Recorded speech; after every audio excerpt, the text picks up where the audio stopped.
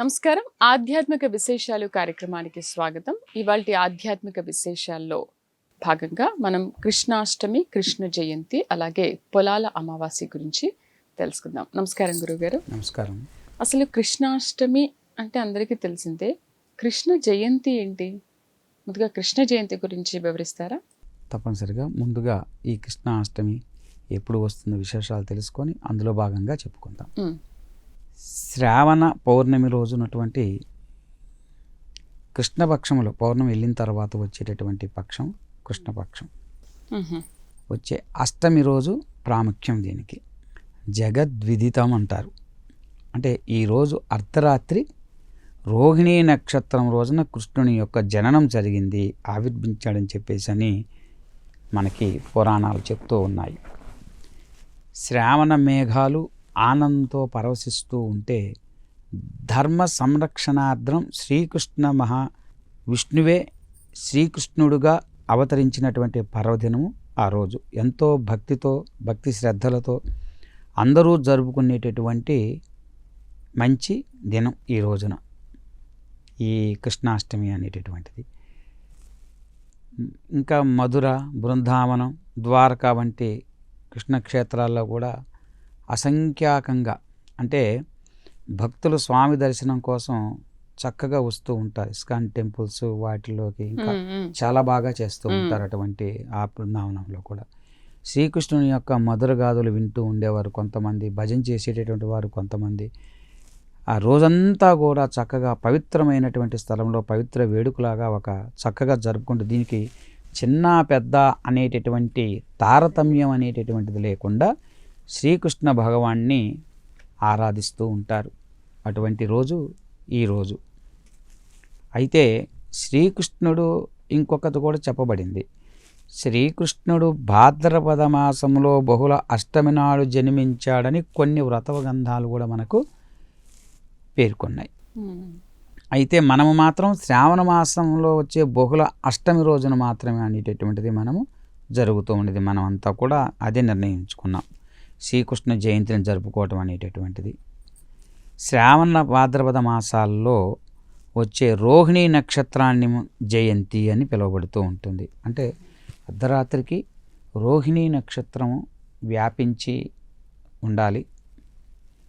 అష్టమి ఆయన కూడా అర్ధరాత్రికి ఆ సమయానికి ఉంటే అది జయంతిగా భావిస్తాం, లేకపోతే అష్టమిగా భావిస్తాం, కృష్ణాష్టమిగా భావిస్తాం. రోహిణి లేకపోతే కనుక పరమ పవిత్రమైనటువంటి కాలమని మనకి వశిష్ఠ సంహిత అనేటటువంటి గ్రంథంలో చెప్పబడుతూ ఉన్నది. శ్రీకృష్ణ పరమాత్మ ఆవిర్భవించినటువంటి దివ్య తిథే ఇది. అంటే 16 కళల పూర్ణావతారంగా శ్రీ మహావిష్ణువు భూమిపై అవతరించినటువంటిది అర్ధరాత్రి వేళ, నిశరాత్రి అంటాం. ఆ రోజు ఉదయాన్నే స్నానాదులు చేసి ఈ రోజున చక్కగా శ్రీకృష్ణుణ్ణి షోడశోపచార పూజలతో అర్చన చేసేసుకొని చక్కగా ఉదయమే కాకుండా రాత్రి వేళలకు కూడా స్వామివారిని ఆరాధన అర్చన చేయవచ్చు కృష్ణ భగవానుడిని. తర్వాత స్వామివారికి పాలు, పళ్ళు,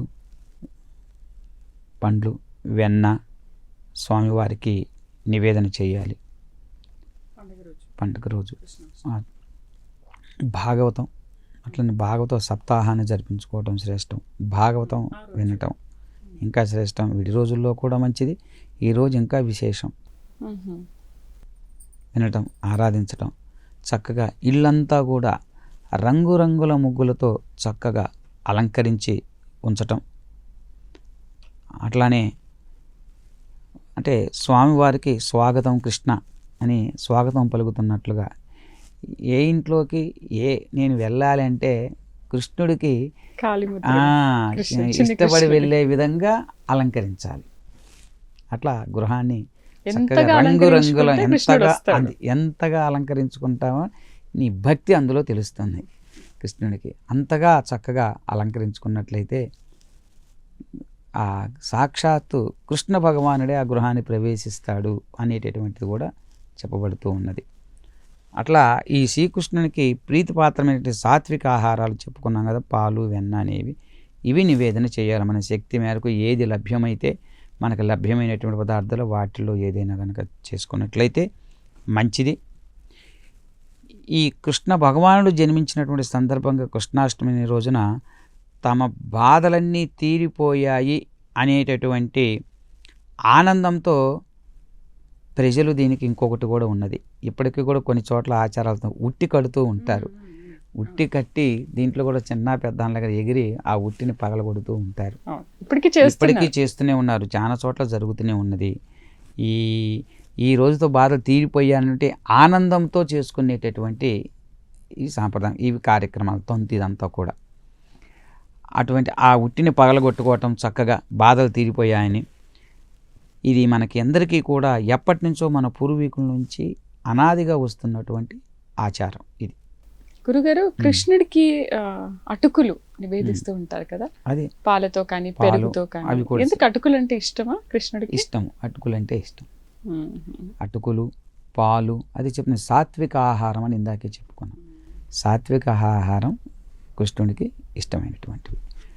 అట్లానే కృష్ణాష్టమి రోజున కృష్ణ పీఠాన్ని అమర్చి, అట్లనే కృష్ణుని విగ్రహాన్ని కానీ లేదా పారాడేటటువంటి పశువాన్ని కానీ, అంటే బాలగోపాలని కానీ ఉయ్యాలు ఉంటుంది, లేదా కృష్ణుడి పాదాలు కానీ వేసి ఉంచుకొని దీపాలతో చక్కగా అలంకారం చేసుకోమంటాడు. అలా చేసుకున్నట్లయితే కృష్ణుడికి తప్పక లభించి తీరుతుందని చెప్పి పెద్దలు చెబుతారు. కృష్ణుడి యొక్క అనుగ్రహం కలుగుతుందని, కష్టాలు బాధలు తొలగిపోతాయని చెప్పేసి చెప్పబడుతూ ఉన్నది. అన్నిటికీ కూడా ఆయనే పరమేశ్వరుడే, వాసుదేవ. అందుకని ఆ వాసుదేవుడు చక్కగా మనందరి యొక్క బాధలన్నీ కూడా తొలగిస్తాడని అటువంటి కృష్ణాష్టమి మనం అందరం కూడా ఆచరించాలి. అది ఆచరించినట్లయితే విశేషమైనటువంటి పుణ్యము, కష్టములు తొలగిపోతాయి. గురుగారు, అలాగే పొలాల అమావాస్య అని అంటూ ఉంటారు. అది కూడా చాలా విశిష్టమైన రోజు. ఆ రోజు చాలా డిఫరెంట్గా పూజ చేస్తూ ఉంటారు. అంటే చిన్నప్పుడు మనం చూస్తూ ఉండేవాళ్ళం. దీని యొక్క ప్రత్యేకత ఏంటి? ఒకసారి పొలాల అమావాస్యనే పోలాలాంబ, ఆమె పోలేరంబ అని కూడా చెప్పబడుతూ ఉంది.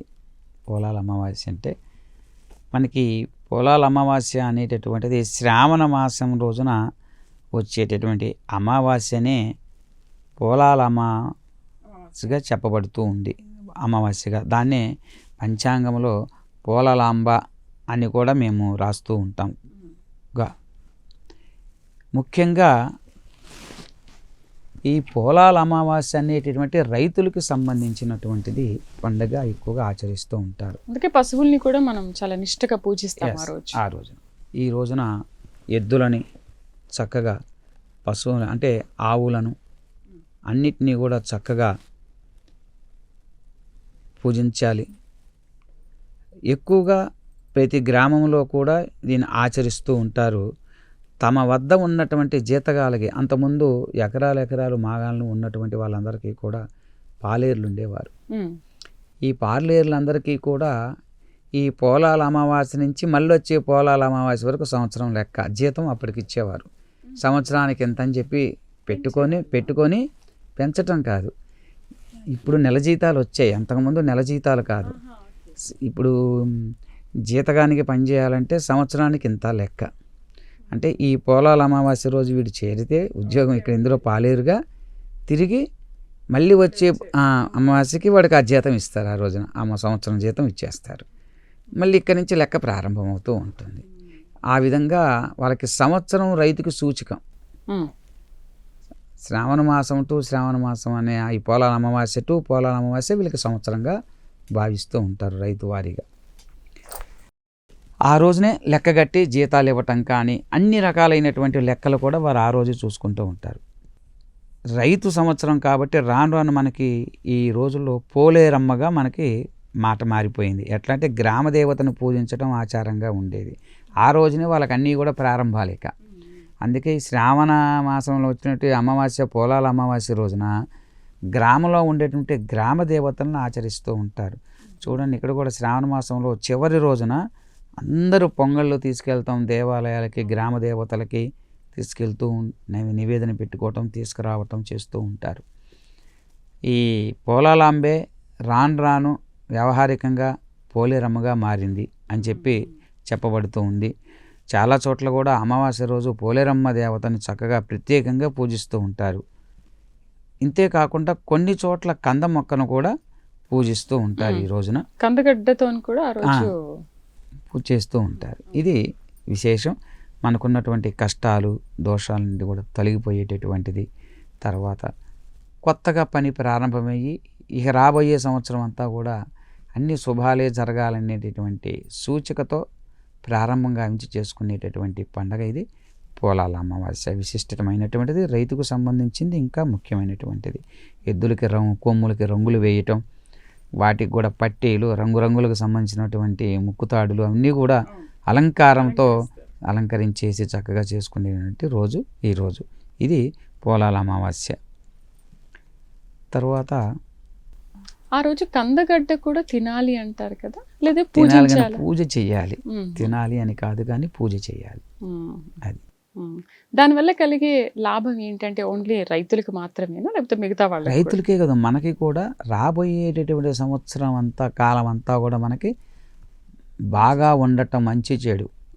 ఇప్పుడు ఉగాది రోజు ఏముండాలి అని అన్ని ధర్మం ప్రకారం చూసుకుంటున్నాము. ఆ రోజు పంచాంగ నుంచి సంవత్సరం అంతా కూడా బాగుండాలి, రాబోయే సంవత్సరం అంతా ఏ విధంగా చేసుకుంటామో ఇవి కూడా అలానే నూతనంగా కొత్త సంవత్సరముగా భావించి చేసుకుంటూ ఉంటారు. అది రైతువారి. తర్వాత అశూన్యశయన వ్రతము. అశ్వలాయనలో శ్రవణాకర్మం చెప్పారు కాబట్టి శ్రావణ పూర్ణమి యందు శ్రవణాకర్మ అంటే అస్తమయం వరకు ఉన్నటువంటి పూర్ణమిని తీసుకోమన్నాడు దీనికి, ఈ అశూన్యశయన వ్రతానికి. స్థాళీపాకం అని చెప్పేసి ఉంటుంది. ఇది వాటికి సంబంధించినటువంటి ఇది ఆచరించాలి మనము. ఇది ఈ శ్రావణం మొదలుకొని 4 నెలలు అంటే కృష్ణపక్ష ద్వితీయమందు అశూన్యశయన వ్రతము, చంద్రోదయం వ్యాపనిగా అంటే చంద్రుడు ఉదయించిన తర్వాత సాయంత్రం పూట చేసుకునేటటువంటి వ్రతం ఇది. ఇది 2 రోజుల్లో చంద్రోదయం గనక వ్యాప్తి ఉన్నట్లయితే అది మనకి 2 రోజుల్లో కూడా చంద్రోదయ వ్యాప్తి ఉండగా పరమైందిగా గ్రహించాలని చెప్పి మనకి శాస్త్ర ప్రవచనం చెప్పబడుతూ ఉన్నది. అట్లానే మనకి సింహ సంక్రమణం. ఈ సింహ సంక్రమణానికి కూడా విశేషం చెప్పబడుతూ వచ్చింది. ఇది బాగా సింహ సంక్రమణందున అంటే మాఘే బుధే చ మహిషీ శ్రావణే బడవా దివా సింహో గావ ప్రసూయంతే స్వామినో మృత్యుదాయకా అని. అంటే సింహ సంక్రమణందు గోవు ప్రసవిస్తే మనకి అద్భుత సాగరంలో నారద వచనం చెప్పబడి ఉంది. అంటే సింహరాశిలో సూర్యుడు ప్రవేశించి ఉండగా ఎవరి ఇంట్లో అయితే గోవు ప్రసవిస్తుందో దాని యజమాని అయినటువంటి వాడు, ఆ గోవుకి యజమాని వాడు ఆ గృహం యజమానికి వెంటనే మరణాన్ని కలిగిస్తుంది. సింహరాశిలోకి సూర్యుడు ప్రవేశించినటువంటిలో సమయములో ఆ నెల రోజుల్లో గోవు గనక వారి ఇంట్లో గనక ప్రసవించినట్లయితే ఆ గోవు ఎవరిదైతే అయిందో ఆ యజమాని. అట్లానే ఇది అనుమానమే లేదు, నిజం, తథ్యం కూడా, ఖచ్చితం. దానికి శాంతి చెప్పుకున్నాడు. శాంతి చేయటం వల్ల శుభాలు జరిగే అవకాశం ఉంది. దానికి శాంతిలో కూడా ఏంటంటే బ్రాహ్మణుడికి ఆ ప్రసవించిన గోవుని అప్పటికప్పుడే ఇచ్చేసేయాలి, ఉంచుకోకూడదు. అప్పుడు శుభం కలుగుతుంది. కానీ అలా ఇస్తారు ఎవరైనా? ఇస్తారు, తప్పనిసరిగా ఇస్తారు. అంటే ఇది తెలుసుంటే, ప్రారబ్ధ కర్మ వాడికి ఉంటే ఇవ్వడు.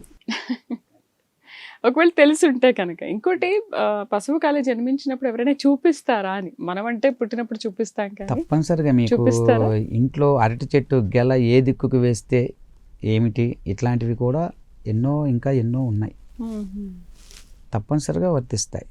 గొడ్డొచ్చిన వేళ బిడ్డొచ్చిన వేళ అనేటువంటి సామెత పెద్దలు మాట్లాడుతూనే ఉంటారు వాటికి కూడా. అందుకని చూపించి మనం చూపిస్తారు, తప్పనిసరిగా చూపిస్తారు. ఓకే.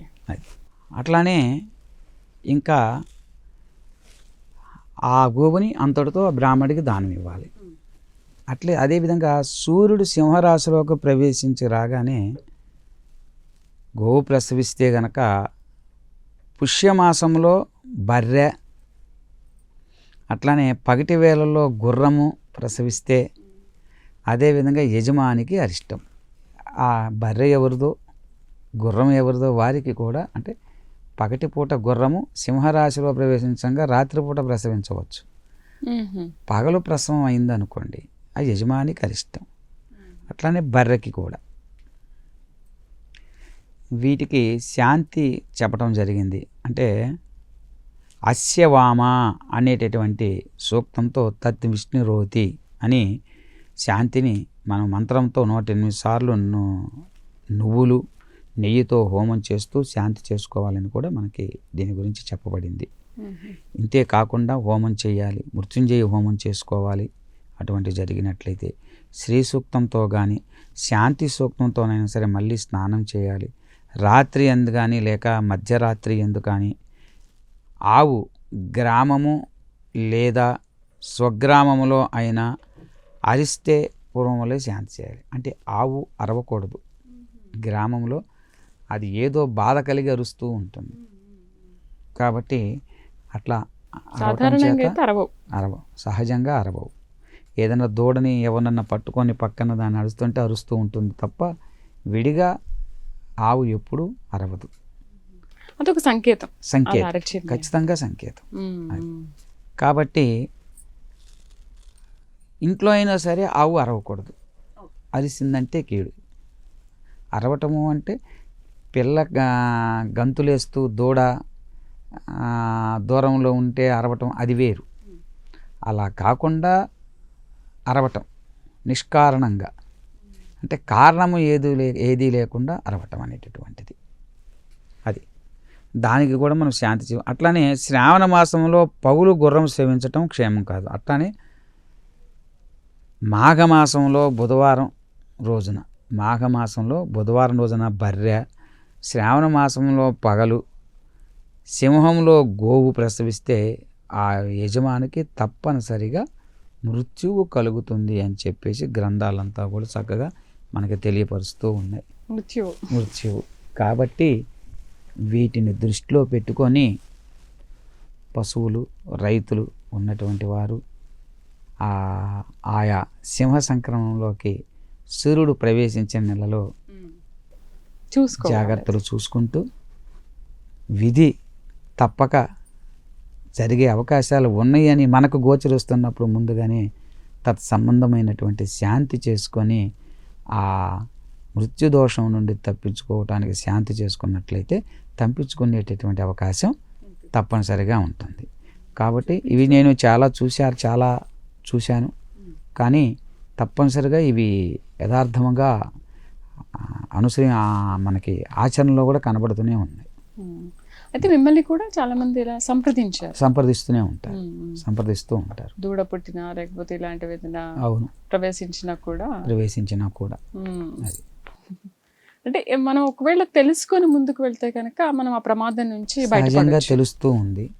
సహజంగా మన ఇంట్లో ఉన్నటువంటి గుర్రం కానీ బర్రె కానీ ఆవు కానీ ఎప్పుడు గర్భం దాల్చేటటువంటిది అన్నీ మనకు తెలుస్తూనే ఉంటాయి కాబట్టి సుమారుగా తెలుస్తూ ఉంటుంది విషయాన్ని.